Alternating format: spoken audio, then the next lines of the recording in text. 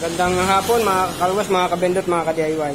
So andito ulit ako ngayon sa San Pablo, doon sa akin sa isang pwesto. So bali ito ay pasampung buwan na nito. 2 buwan na lang, mag-1 taon na. Kasi November ko po in-install ito dito. Ayan po. Pasampung buwan. Every 2 months ko po pinupuntahan. So medyo sumubra ngayon ng 2 months kasi dapat sa 28 ang pa 2 months. Nung August 28, ngayon ay September 3 na. So, lumabis na kaunting araw. Kasi medyo busy po ako, hindi ko mapuntahan. So, ayan po. So, ngayong pinuntahan ko, nag-maintenance na rin ako. Hindi ko na lang pinakita yung maintenance na ginawa ko. So, bali, nag-change oil ako. Naglagay na rin ng grasa ng aking pressure washer.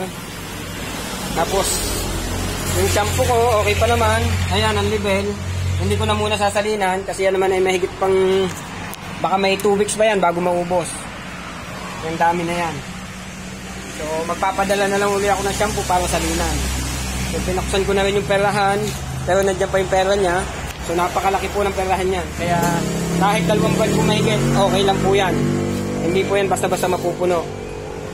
So, mapapansin nyo, medyo maabos ng aking tank. Old model pa yan.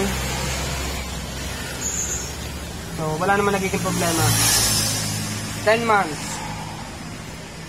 Ganyan lang po. Pinapadalhan ko na lang ng shampoo. Every 2 months ko na lang pupuntahan. Ngayon aking air compressor, hindi ko na may maintenance pa. Kasi bala ko nga pong paltan yan. Kaya okay lang na hindi ko na yung maintenance. Hinihintay ko lang siya na medyo magka-problema. Kasi papaltan ko siya ng 9 liters lang. So ayan po. Yung tinita po, so pasilip lang ng konti.